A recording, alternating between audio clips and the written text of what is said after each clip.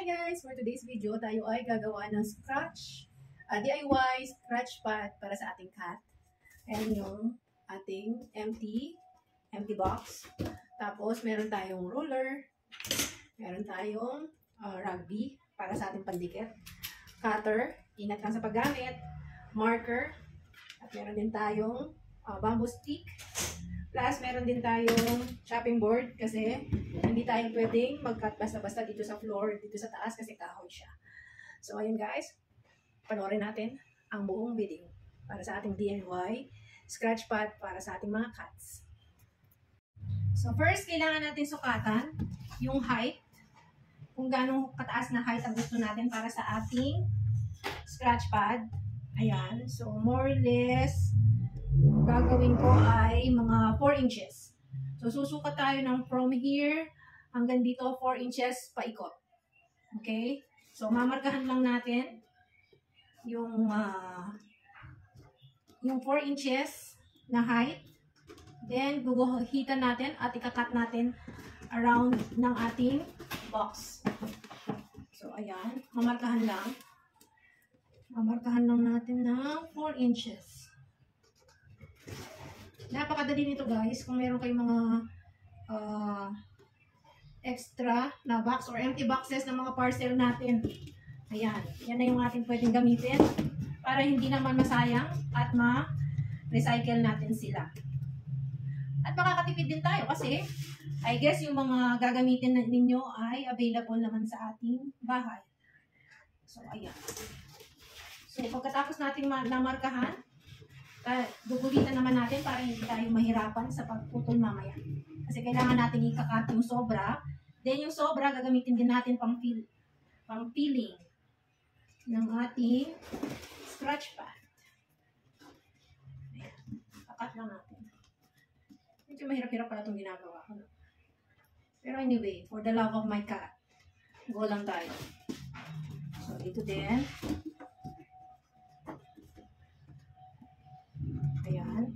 Then, guguhitan lang natin ng paikot para yung tamang sukat ay makuha natin.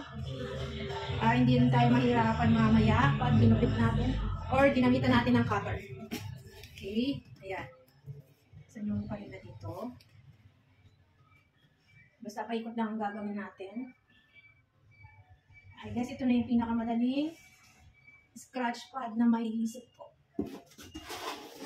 Kasi minsan, kailangan din nilang gawin yon para hindi yung ating mga furnitures ay ini-scratch ng or kakamutin ng ating mga alagang pusa. Diba? It's a win-win situation. Happy na sila, happy din tayo. Ganun lang yun, ganun. Tapos, nakakatulong pa tayo sa environment kasi dito na napupunta sa waste. Magagamit pa natin.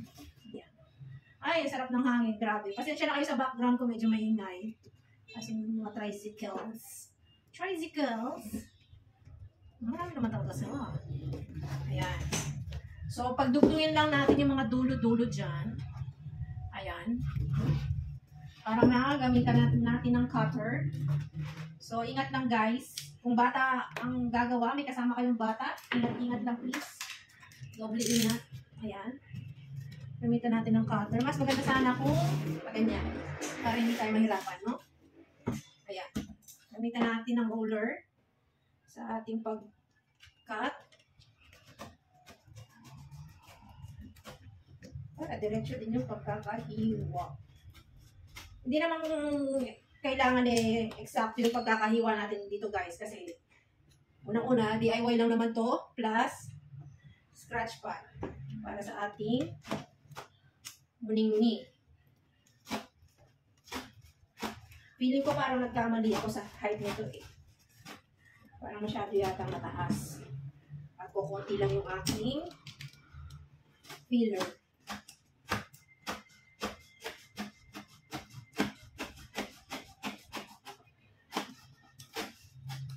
Yun, naka-isang side na tayo guys. Sa kabila naman. Tatagos ko lang to. Tatawid ko lang. Ayan. Sa side na to, wala na yan. Cut na siya. So, dito naman tayo sa side na to. Inuulit ko, ingat sa paggamit ng cutter.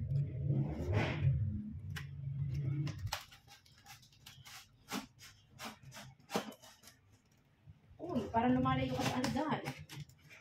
Dali, shit. Kasi dati kasi merong scratch pad yung alaga ko. Kaso hindi kasi namin siya naiuwi. Kaya kailangan talaga niya magkaroon ulit ng scratch pad. Ayan, tatawid natin ulit sa kabila. Tapos, stay lang tayo sa markings natin.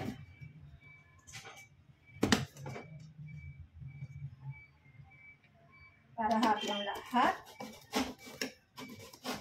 Pwede naman guys, pabilog. Parang magiging spiral yung pag, ano nyo ng mga karton. Pero ito kasi, magsusukat lang ako ng yung mga 4 inches. Saka yung haba na itong karton. Then, ididikit lang natin sa ating karton. So, yun na. Hindi siya ganun kahirap. Kaya lagi na lang yung ginamit ko. Kunti na lang guys. Malapit na tayo. Sa pagputol pa lang to ng ano pag-cut pa lang to. Ayan. So, ayan. Ganyan ang itsura niya. Tapos, lalagyan natin ng palaman ito. So, susukat din tayo ng around 4 inches or less sa ating, ayan, ganyan. Or, pwede natin sukatan from here. Sa tingin ko, kailangan ko nang tanggalin ito eh. Ito, tanggalin ko na to. Or, pwedeng hindi rin. Susukat lang ako from here. Dito, yung depth ng ating box. At yun ang gagamitin natin na yung lapad ng ating mga ipapasok dito. So, of course, more or less mga nasa 4 inches siya, pero mga 9.5 centimeters. Yun yung mas pero pag kasi ito kasi meron pa kasi nito eh. So, I will try, natatanggalin ko to, tsaka to, para isang anuhan lang siya. Isang flat lang. Okay? Balik ako sa inyo ulit. Ayan guys, natanggal na natin yung dito parte, tsaka dito. So, ang gagawin natin ngayon ay iti-tape natin ito dito, tsaka this side and this side para matibay pa siya. Okay? So, iti-tape lang natin to. So, from here hanggang doon sa kabila. 3 times siguro para mas matibay siya. Kasi syempre yung suporta niya kanina, iba niya kanina is hindi nakamukha ngayon. Siyempre, nawala na siya ng ibang paa. Ayan. So, end to end lang. Tapos, dito sa dalawang ganito, dito sa side na to, ayan. Sa ganyan lang. Pwede naman napaabutin natin hanggang dito sa, sa dulo, para mas matibay siya.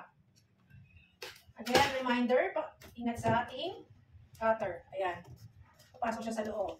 Then, one more dito, tsaka dito, plus isang ganon. Alam nyo na yun. Okay? So, dito sa kabila. Pabutin natin dito, sa kabilang side, para mas matibay siya. Meron siyang kakapitan. Tulad sa pagkapit mo sa relasyon. Charot lang. Charot lang kanya. Yan, tapos ito din, ganun din siya sa kabilang side. So, gawin natin muna yun. Okay.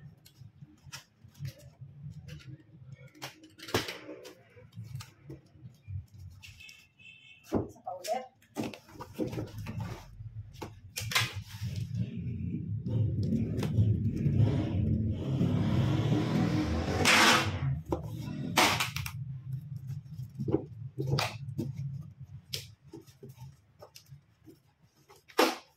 Feeling ko uulan ulit mamaya.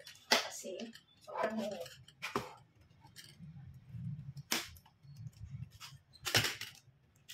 Okay. Ulit.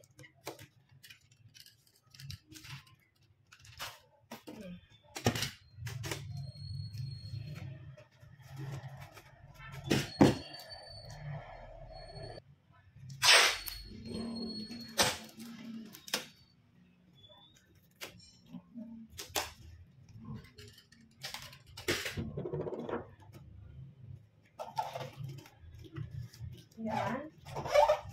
And sa kabila din.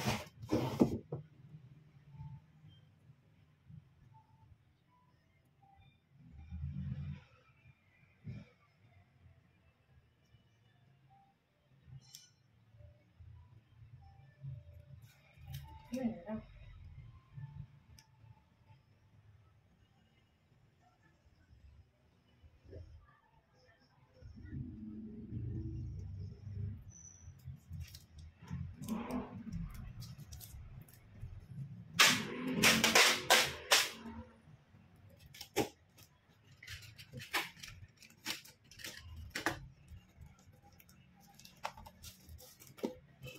Tapos, lagyan natin ng isang paikot. Just to make sure na matibay yung ating drawer.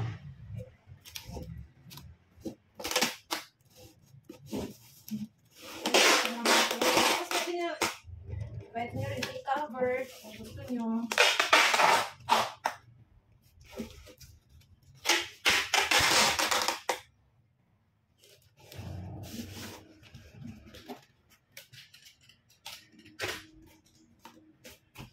And, ayan na siya. Okay? Okay na yan. Then, yun nga, magsusukat tayo ng yung depth ng ating mga nasa 9.5 centimeters. 9.5, tapos yung haba niya is nasa 19 inches or 48.5 centimeters. So, puputulan tayo dito. Itong part na to. Ayan, 19. Tapos, yung ano niya, 9.5. Okay? Puguhitan lang natin yan.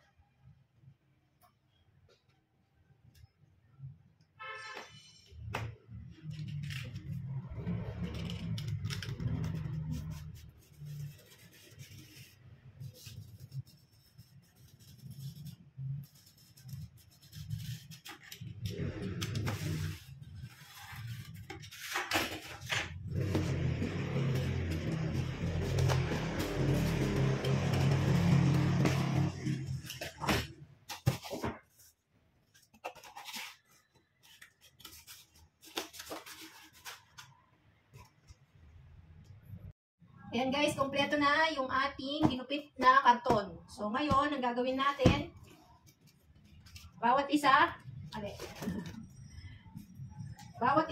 ididikit natin.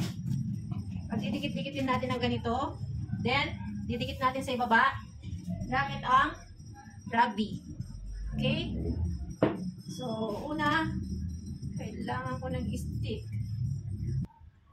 So, bubuksan na natin yung ating napakalaking rugby. Then, meron tayong stick.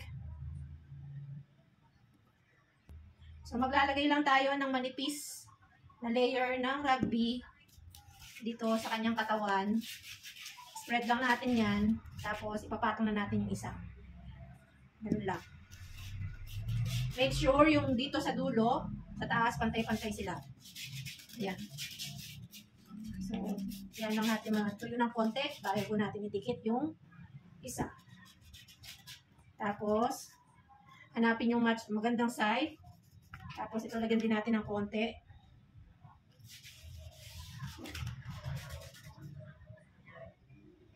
Anong gitna? Tapos, yan. Make sure na pantay ito. Itong sa taas. Tapos, press lang natin para magdikit. Yan. Press lang natin ng konti. Then, yung susunod naman ulit. Tapos, lahat ng ito, ganun ang gagawin natin.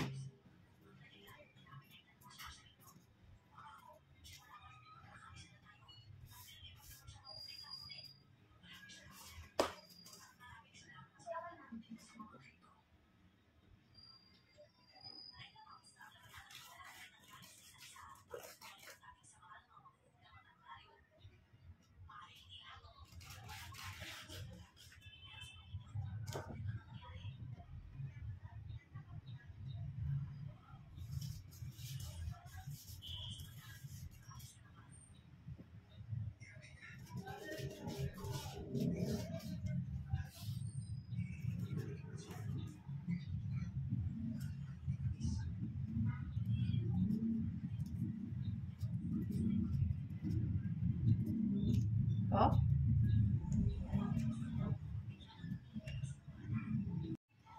Ayan na yung ating finished product.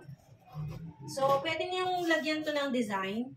I-wrap nyo sa wrapper para na, kunyari kung meron kayong extra mga ano dyan, mga gift wrap, pwede nyo yung balot or plain lang. Nasa sa inyo na yan. So, for now, ito na muna yung aking, ito na muna siya. Ganyan na muna. Ayan. Yun yung ating finished product. Meron tayong DIY scratch pad ng ating pusa na si Chloe. I hope you enjoy watching at may natutunan kayo. Thank you for watching. God bless everyone.